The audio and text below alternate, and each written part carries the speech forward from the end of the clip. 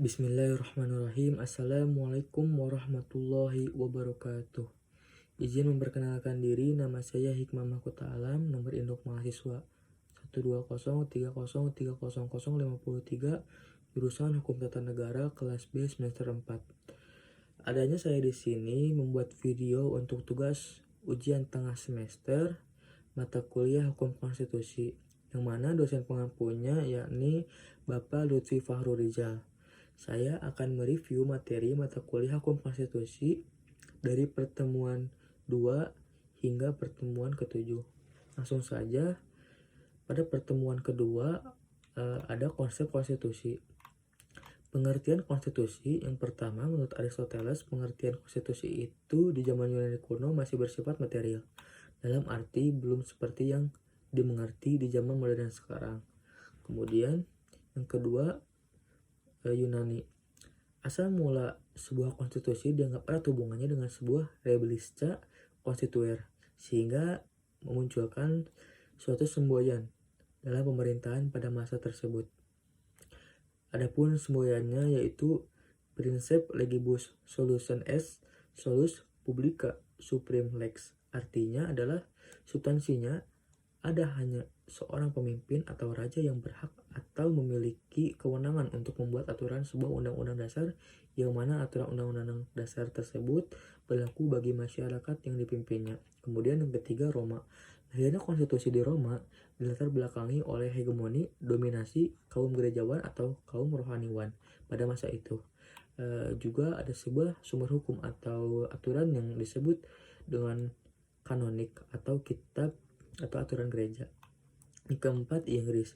Di Inggris ada juga istilah Constitution of Clarendon 1164. Undang-undang dasar Clarendon ini diresmikan oleh Raja Henry II pada Januari 1164. Pada substansinya yaitu berbicara mengenai batasan kewenangan. Yang kelima, istilah konstitusi disebut dengan konstituer yang artinya membentuk. Yang keenam ada Belanda. Menurutnya grondwet sama dengan wet itu memiliki arti aturan, dan grond memiliki arti tanah atau dasar. Kemudian pengertian menurut para ahli, menurut Jivan Apeldoorn, grondwet artinya aturan dasar yang tertulis, sedangkan constitution artinya tertulis atau tidak tertulis. Kemudian menurut yang kedua, Brian Thompson, menurutnya konstitusi adalah dokumen tertulis yang mengatur tentang berjalannya sebuah organisasi. Yang ketiga, menurut Profesor Bagirmanan, berpandangan bahwa konstitusi itu bisa dilihat dari dua hal. Yang pertama secara sempit, yaitu kumpulan kaidah yang mengatur tentang hukum kenegaraan. Yang kedua secara luas, yang artinya konstitusi itu tidak hanya membicarakan hukum kenegaraan. Yang keempat, menurut Herman Hiller, menurutnya dia menelaah konstitusi itu pada tiga hal. Yang pertama, cerminan kehidupan politik masyarakat kota atau culture. Yang kedua, satuan kaidah yang hidup di masyarakat. Yang ketiga, sifat dari konstitusi baik yang tertulis di dalam naskah. Kemudian adapun tujuan, fungsi, muatan, dan klasifikasi konstitusi, yaitu menurut tujuan konstitusi itu terbagi menjadi tiga. Yang pertama, pengaturan kekuasaan. Yang kedua, pengawasan kekuasaan. Yang ketiga, arahan penyelenggaraan. Kemudian fungsi dalam konstitusi, yaitu jawaban berbagai persoalan pokok negara dan masyarakat. Kemudian yang ketiga, muatan dalam konstitusi, itu pengakuan HAM, struktur kenegaraan yang mendasar, kemudian pemisahan atau pembatasan kekuasaan. Yang keempat, klasifikasi konstitusi. Menurut Casey Ware 1975, konstitusi itu dibagi menjadi 5. Di antaranya yang pertama, konstitusi tertulis dan konstitusi tidak tertulis. Yang kedua, konstitusi fleksibel dan konstitusi rigid. Yang ketiga, konstitusi derajat tinggi dan konstitusi derajat tidak tinggi. Yang keempat, konstitusi negara serikat dan negara kesatuan. Yang kelima, konstitusi pemerintahan presidensial dan parlementer. Yang kelima, ada prinsip dasar, yaitu cita hukum yang idealis, yakni maksudnya semangat tinggi, visi, misi, dan obsesi yang melatar belakangi lahirnya atau dibuatnya suatu hukum yang seringkali berhubungan dengan tempat dan di mana aturan tersebut dibuat.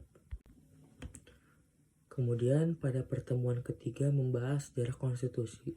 Sejarah konstitusi, dari catatan sejarah klasik terdapat dua perkataan yang berkaitan erat dengan pengertian kita sekarang tentang konstitusi, yaitu dalam perkataan Yunani kuno, politria, dan perkataan bahasa Latin, constitutio, yang juga berkaitan dengan kata jus.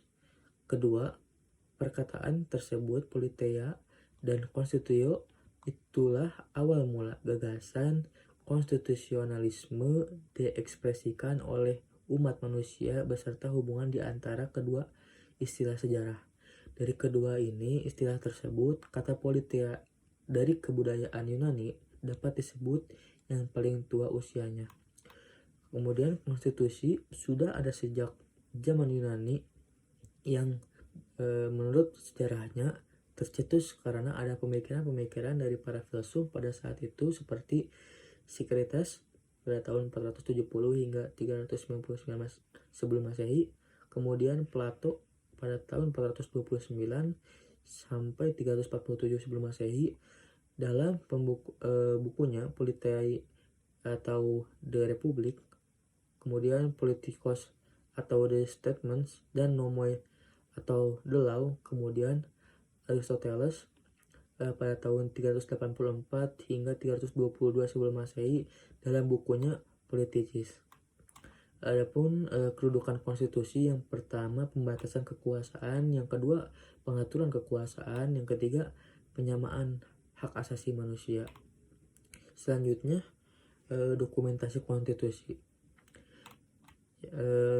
Piagam Madinah 622, kemudian Konstitusi Amerika Serikat pada tahun 1787, kemudian Konstitusi Prancis 1751, kemudian Konstitusi Spanyol 1812, lanjut dengan Konstitusi Norwegia 1814, kemudian Undang-Undang Dasar Belanda tahun 1814, kemudian Konstitusi Italia pada tahun 1848, kemudian Konstitusi Swedia 1866, kemudian Konstitusi Swiss 1874, Konstitusi Usamania 1876, kemudian Konstitusi Jepang 1889, kemudian Konstitusi Rusia 1981, kemudian Konstitusi Weimar Jerman 1919, kemudian Konstitusi Finlandia 1919, kemudian Konstitusi Austria 1920, kemudian Konstitusi Cekoslovakia Jerman 1999, kemudian Konstitusi Hongaria 1920, kemudian Konstitusi Yugoslavia 1921, kemudian Konstitusi Belgia 1921, kemudian Konstitusi Uni Soviet 1924, kemudian Konstitusi Turki 1924, kemudian Konstitusi Lebanon 1926, kemudian Konstitusi Portugal 1933, kemudian Undang-Undang Dasar Indonesia 1945, kemudian Konstitusi Burma 1947, kemudian Konstitusi Jerman Barat 1948, kemudian Konstitusi Sri Lanka 1948, dan Konstitusi India 1950.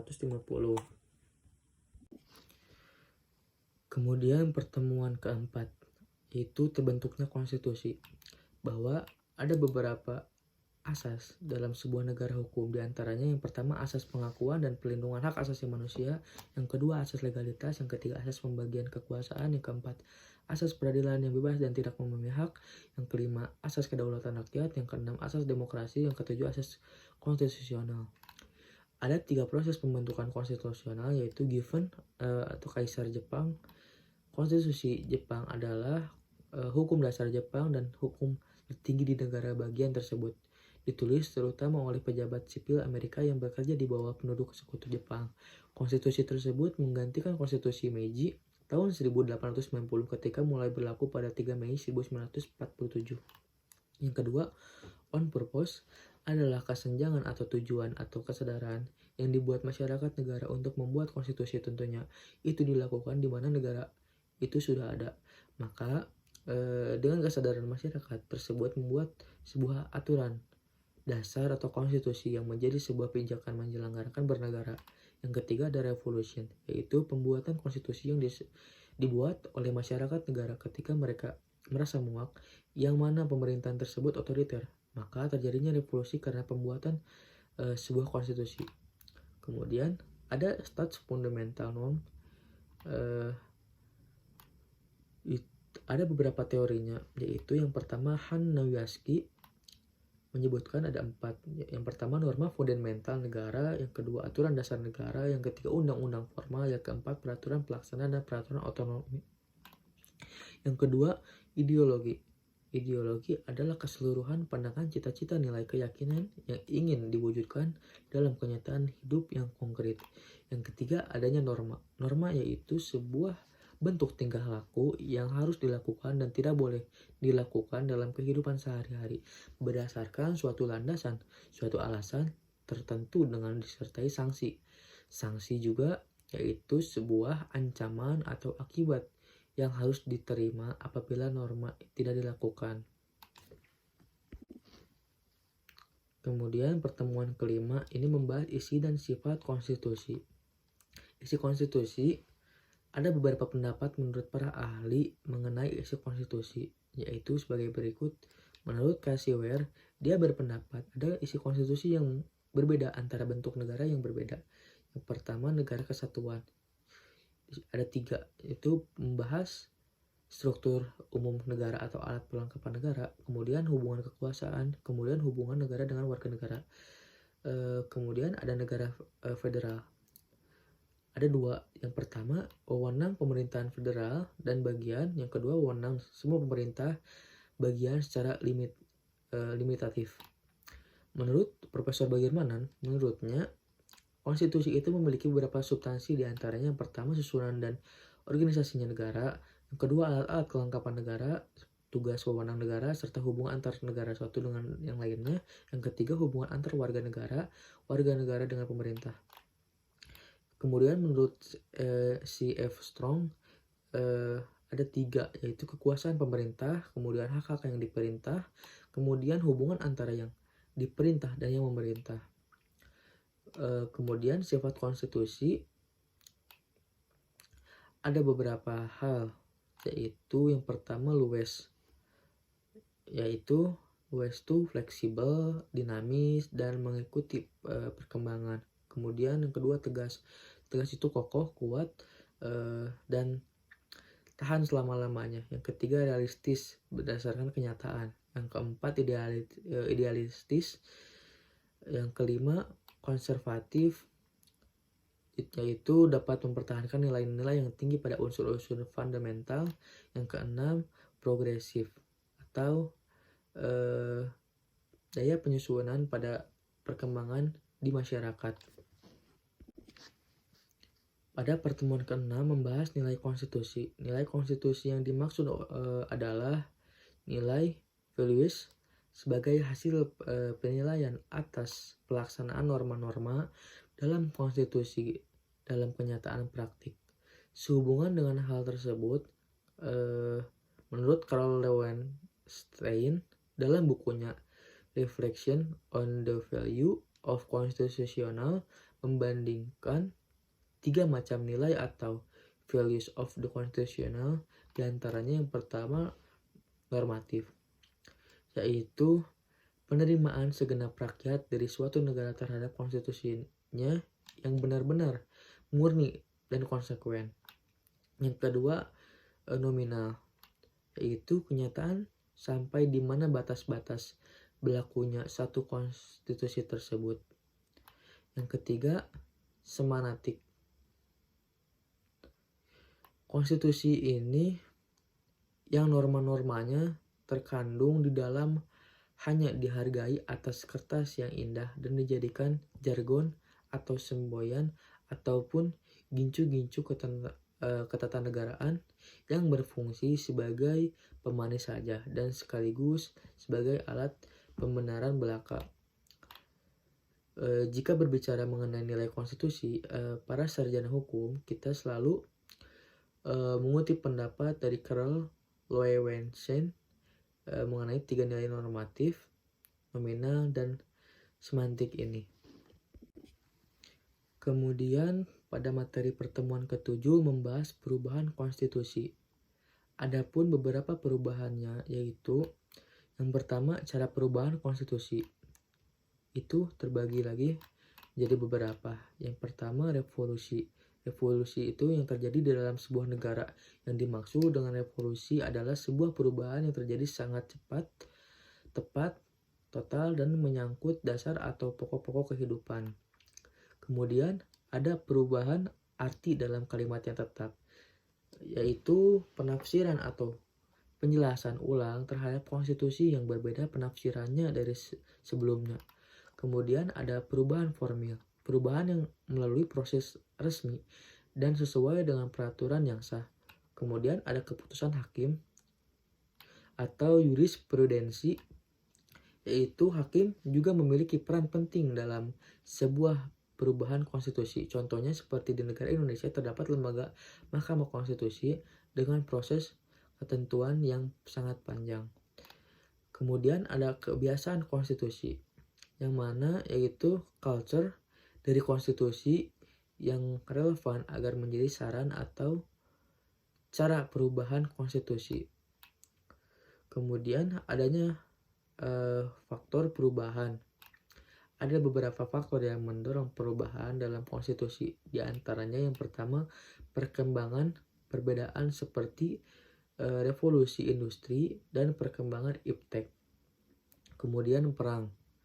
Kemudian krisis ekonomi, kemudian negara kesejahteraan. Kemudian yang terakhir, pandangan masyarakat berdasarkan sebuah culture yang berkembang suatu wilayah masyarakat. Kemudian yang ketiga, amandemen formal. Pada umumnya konstitusi bersifat kaku atau rigid dengan tujuan. Kemudian konstitusi diubah hanya dengan pertimbangan matang, bukan alasan sederhana atau serampangan. Kemudian rakyat harus diberikan kesempatan mengungkapkan pandangan dilakukan perubahan. Kemudian dalam sebuah sistem federal perlu persetujuan dari negara bagian. Kemudian hak individu dan masyarakat harus tetap terlindungi. Ada cara perubahan oleh lembaga legislatif. Yang pertama,